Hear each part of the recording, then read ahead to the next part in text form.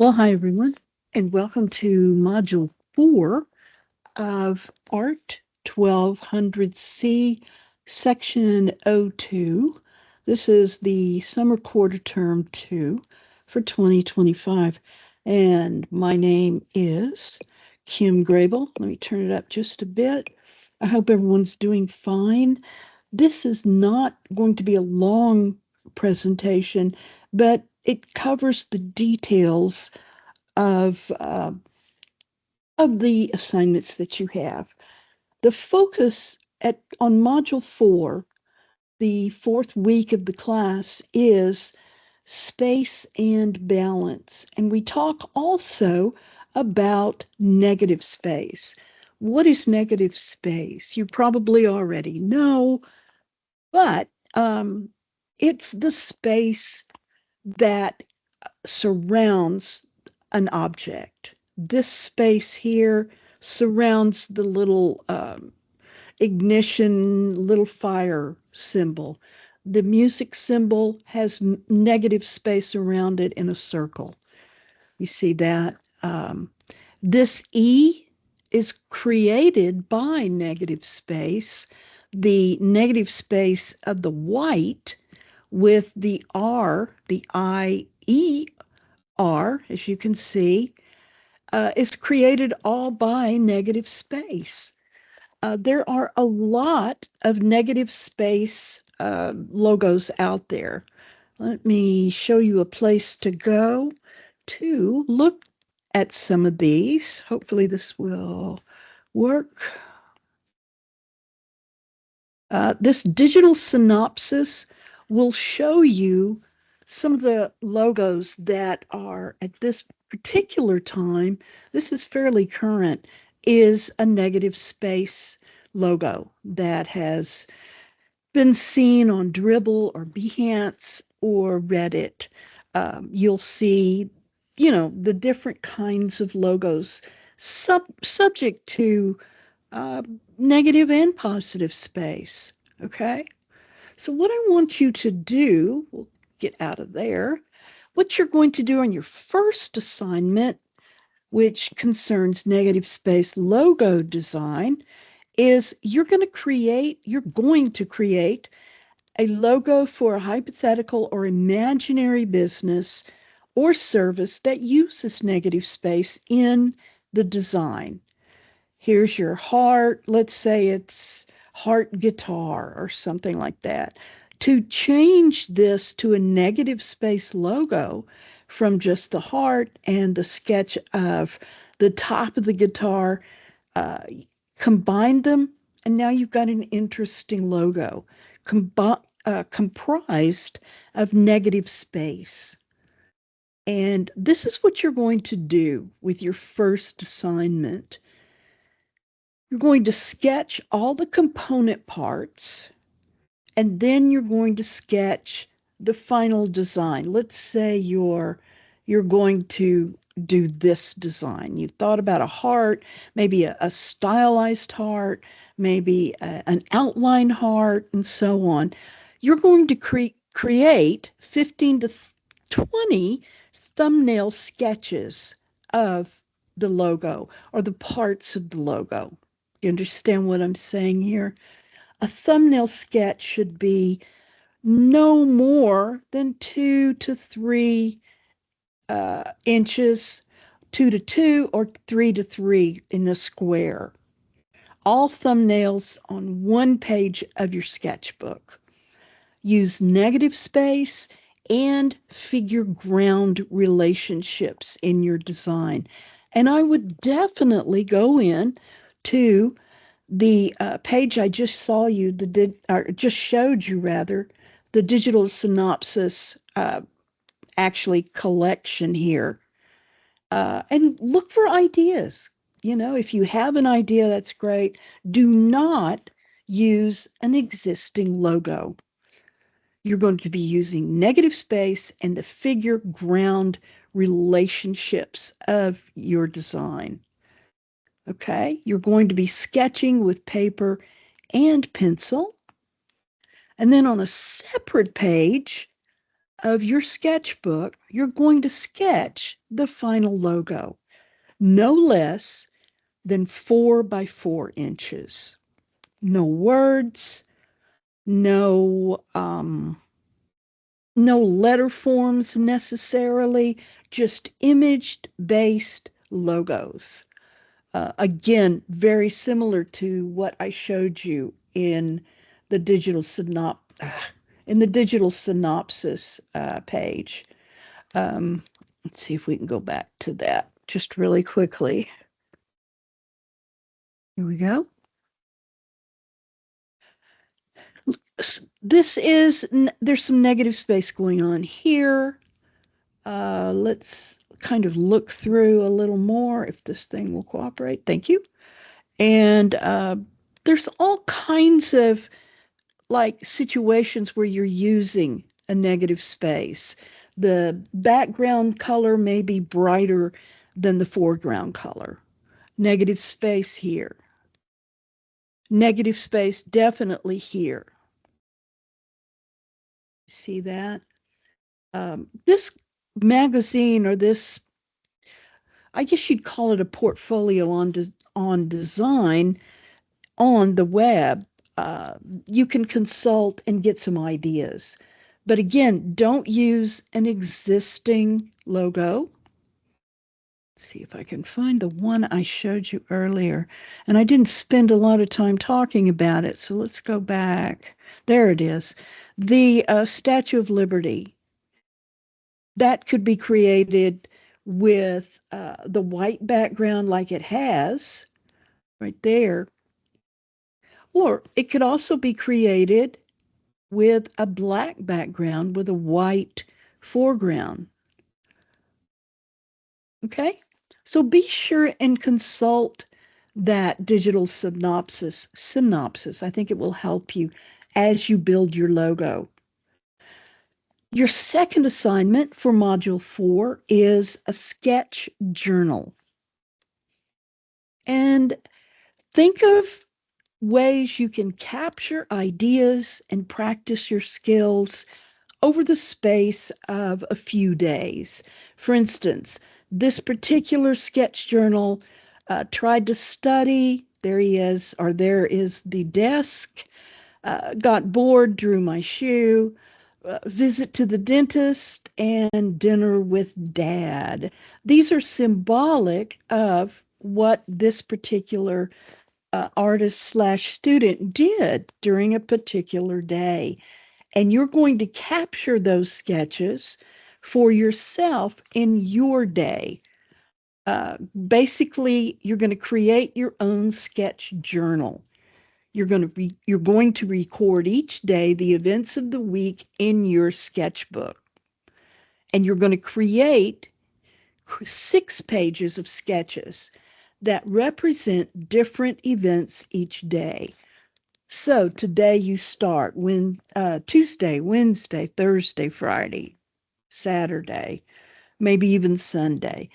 Um, I'm not going to count the pages that you have, but I want you to have at least 4 to 6. Create 4 to 6 pages of sketches that represent different events each day throughout 1 week, 1 page for each day. Each page should be at least 8 by 10 in size and 3 sketches per page minimum. Label each page with the day of the week. Captions for your sketches are optional. You don't have to have captions. Okay? This assignment, this sketch journal is more about the process than the product. So don't worry about being extremely uh, extremely finished with your sketches. Uh, you want to show your thought process and not necessarily a great composition or a great sketch. However, if you have one, then that will be great. You need to save it and keep it in your portfolio. Basically, this is a way to practice your skills, record fleeting ideas, and capturing moments in your life. Okay? Make them easy to see, big enough, and that's really all you do, but you're going to be doing it over a number of days, 4 to 6. Now, the third assignment that you have this particular week or module is sketching as self promotion. Self promotion is vitally important as a designer, and learning to talk about yourself is a key step in self promotion. So we've looked at negative space, we've looked at depth, distance, sketching, and for this assignment, I want you to create 3 sketches that each tell something positive about you. For example, if you like to read, you might have a sketch like this, or you might have a sketch of you sitting in a window, holding a book and reading, and outside, your yard or your apartment complex or where you happen to be or to live. Um, there should be positive and negative space, shading, and size variations in your sketches. And then when you're done, save each of your images as either a JPEG, a PDF, or a PNG. And just make sure when you're capturing these photos of your drawings or the scans of your drawings, make sure they come out with a good contrast and bright whites and dark darks. Okay. Some of you, as I've been going through grades, haven't been doing that as well as you probably need to. So be sure and check what you've done before you turn it in. In depth and in overall perception of space, we use size, we use depth and distance to determine how far away certain aspects of landscapes or still lives or even organic scenes, like a group of people in a grocery store at a checkout line, something like that.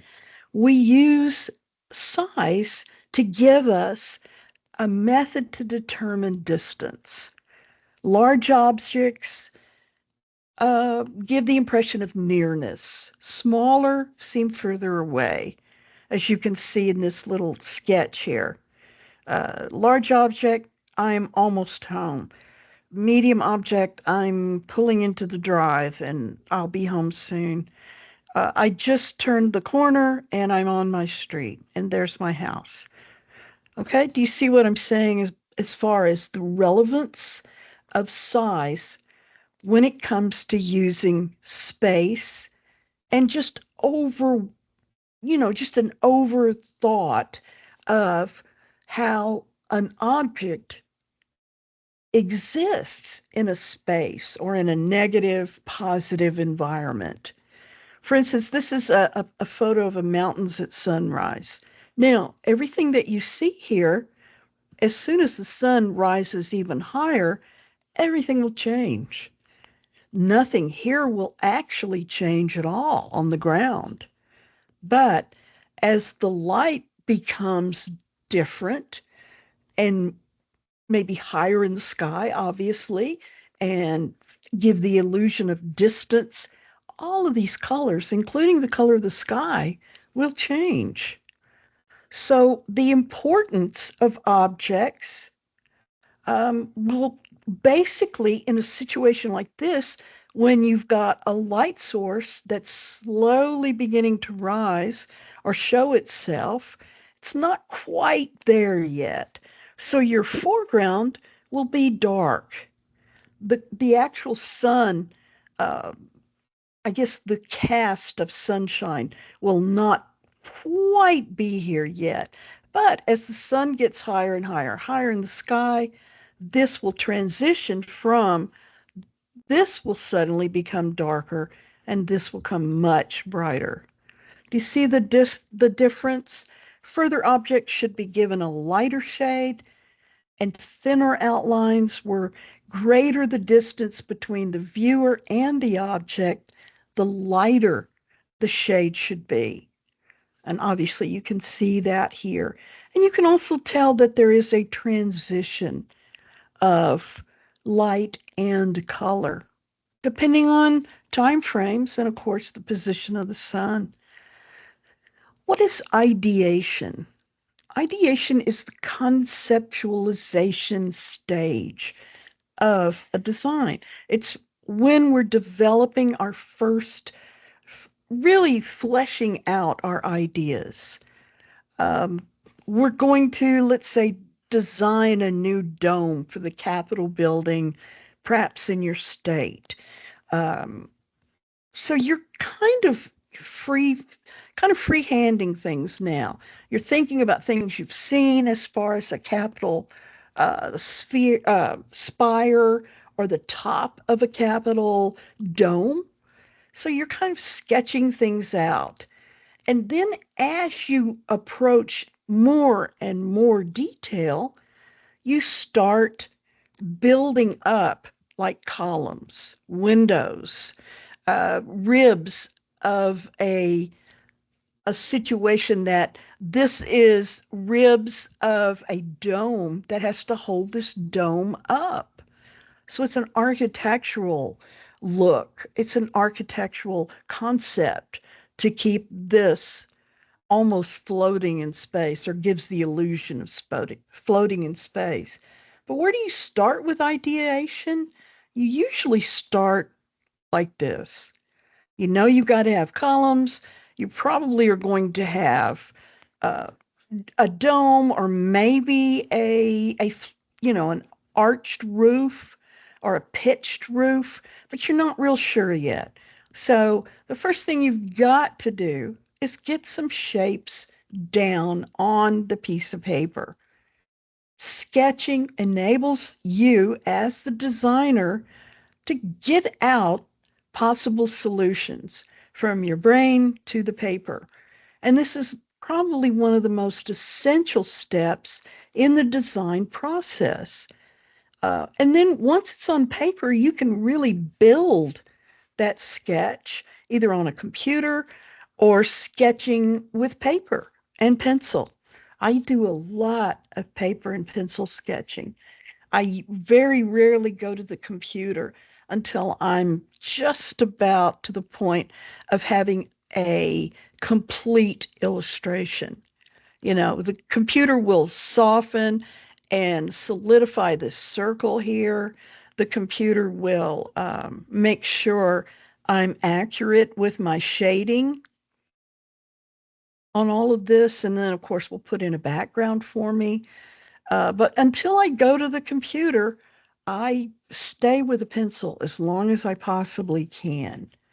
I can always erase and change that pencil sketch. Not quite that easy with a digital sketch sometimes. When you're doing these sort of, just random sketches, you seek to build an object. For instance, this particular object, you're building, say, a cartoon image of a puppy. So you start with the head and the back and probably there we go, and the back feet. And then here's the curve of the front. We're going to have him sitting. That looks pretty good. But we're also going to divide the shape so that if he's a logo or if he's a design, the background will become the outline of this little dog. Do you see that? Which is kind of a neat way to represent, but you get there simply with 9 basic sketches, as you can see. Okay, so sketching is used to record and explore progress. It does not need to take place in one setting. I've done a lot of sketching and ideation on the back of a restaurant, uh, like a napkin or on the back of a menu. Uh, you're with someone, it's a relaxed time. You're with a client, say, and you have an idea and you say, hey, let me show you something that I've been kicking around. And then they're not going to expect a finished piece on a napkin, but they're definitely going to be able to stay with you and follow that that path that you're leading them. Even though it's a roughly sketched path, they're going to be able to understand it, your client. Now, it's very tempting, especially when you're under a time crunch, to skip the sketching altogether and just jump straight to the computer to work. And sometimes it really works. But I've had so many times when I've had to go out of the computer, figure out some relative movement or sketch, something that will make a solution instead of more of a problem. So rather than going in and out, um, get your sketch as close to finished as you can, like here, and then you can go to your finished part. Isn't that awful? Somebody who ever drew that, that is so out of, you know what I mean? It's like, no, that's wrong. But nonetheless, um, get as finished as possible without putting in super details. And that way you know what you're going for and where you're going to ultimately end up. Okay? Now, that's pretty much all I have. This module 4 is not difficult and it should go pretty quickly for you as far as sketching. We had earlier a few students that were having trouble finding the recordings and accessing the recordings. So I put in an announcement a day or two or three ago that also gave you my YouTube channel address where I also put all my videos, and it might be much easier to access. I found that students have no trouble at all with accessing YouTube videos when they do have trouble with the Microsoft Teams videos. So be sure and check that out if you are having any kind of difficulty at all. And of course, if you have any questions or any problems, be sure and reach out to me. And that's all I have for today. So thank you for your attention, and we will talk soon. Bye now.